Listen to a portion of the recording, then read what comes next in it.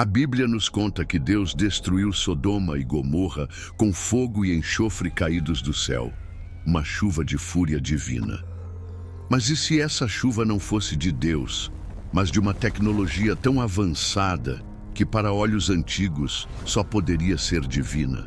E se a destruição das cidades não foi um castigo, mas o teste de uma arma de poder inimaginável?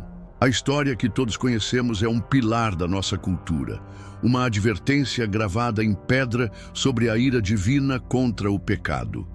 No livro de Gênesis, as cidades da planície, especialmente Sodoma e Gomorra, são descritas como antros de iniquidade, cuja corrupção se tinha tornado muito grande. A narrativa nos conta que dois seres, com aparência de homens, mas de natureza angelical, chegam à cidade para resgatar o único homem justo que ali vivia, Ló, sobrinho de Abraão. A perversidade dos habitantes é exposta quando eles cercam a casa de Ló, exigindo que os visitantes lhes sejam entregues. Os anjos, em uma demonstração de poder, cegam a multidão enfurecida e apressam Ló e sua família para fora da cidade com uma ordem terrível e específica: fuja pela sua vida. Não olhe para trás e não pare em lugar nenhum da planície. Fuja para as montanhas ou você será destruído. O que se segue é um apocalipse em miniatura. O Senhor faz chover do céu fogo e enxofre sobre as cidades, aniquilando toda a vida e vegetação. Na fuga, a esposa de Ló, desobedecendo a ordem, olha para trás. Seu castigo é imediato e bizarro. Ela é transformada em uma estátua de sal. Esta é a história que nos foi contada, uma narrativa direta de pecado e punição. Mas, e se as palavras usadas pelos antigos escribas fossem apenas a melhor maneira que eles encontraram para descrever um evento que estava totalmente além de sua compreensão tecnológica? E se analisarmos as pistas deixadas no texto e no próprio solo do deserto, não como teólogos, mas como investigadores? A primeira pergunta que devemos fazer é: o que realmente aconteceu às margens do Mar Morto? Por décadas, arqueólogos buscaram as cidades perdidas. E em um sítio arqueológico chamado Tal el-Hammam, na Jordânia, eles encontraram algo espantoso. Uma cidade da Idade do Bronze que foi subitamente aniquilada por um evento de altíssima temperatura. A camada de destruição de 1,5 metro de espessura continha cacos de cerâmica cujas superfícies foram derretidas e transformadas em vidro. Tijolos de barro foram fundidos. Estruturas inteiras foram vaporizadas. Para que isso aconteça, a temperatura teria que exceder os 2.000 graus Celsius, algo muito além de qualquer incêndio comum ou mesmo de um vulcão. Os cientistas que estudaram o local compararam a destruição a um evento de impacto cósmico, como a explosão de um meteoro no ar, semelhante ao evento de Tunguska, na Sibéria. Mas há outra tecnologia, uma criada pelo homem no século XX, que produz exatamente os mesmos resultados: uma detonação nuclear aérea. Vamos voltar ao texto bíblico com essa hipótese em mente. Os anjos chegam e precisam usar a força para tirar Ló da cidade.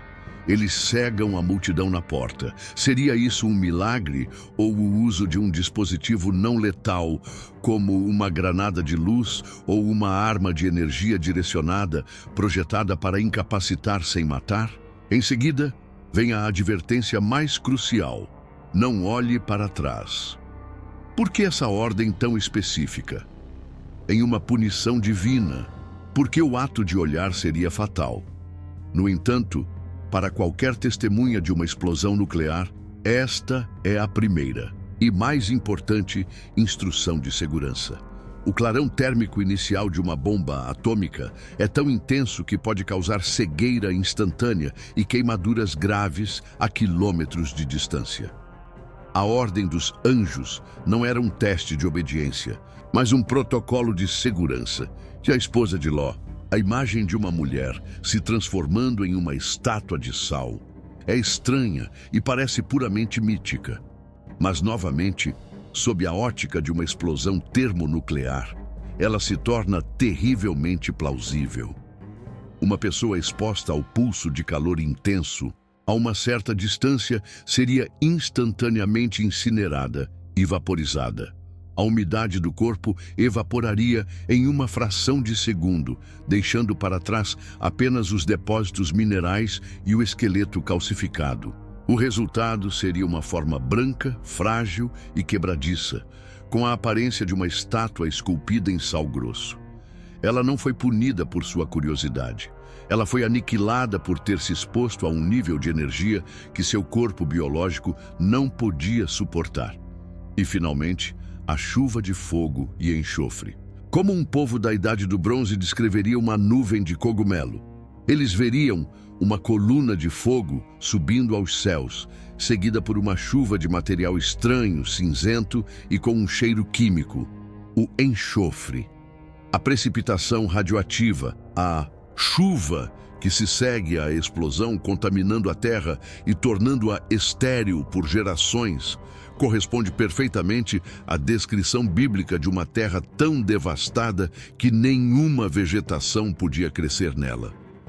O próprio Abraão, ao olhar para a planície na manhã seguinte, vê uma fumaça densa subindo da terra como a fumaça de uma fornalha. É uma descrição assustadoramente precisa do rescaldo de uma grande detonação. Se aceitarmos essa possibilidade, a história de Sodoma e Gomorra muda de figura. Deixa de ser um conto sobre a moralidade sexual para se tornar um alerta sobre o uso de uma tecnologia de aniquilação em massa. A questão que fica é: quem possuía tal tecnologia? A Bíblia, diz o Senhor. Mas seria essa uma referência a Deus, o Criador do universo?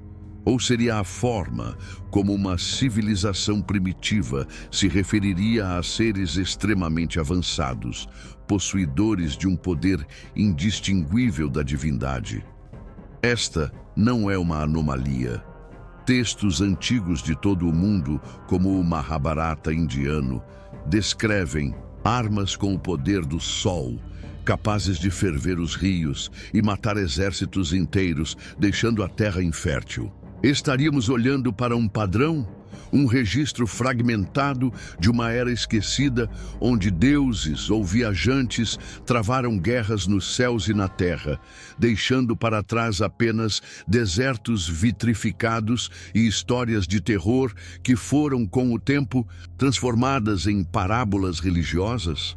A destruição de Sodoma e Gomorra talvez seja o segredo mais sombrio escondido à vista de todos. Um lembrete de que o poder de destruir mundos não é uma invenção moderna, mas um eco terrível de um passado que lutamos para compreender. A verdadeira lição talvez não seja sobre o castigo divino, mas sobre a responsabilidade que acompanha um poder que pode, num piscar de olhos, transformar cidades em pó e pessoas em estátuas de sal.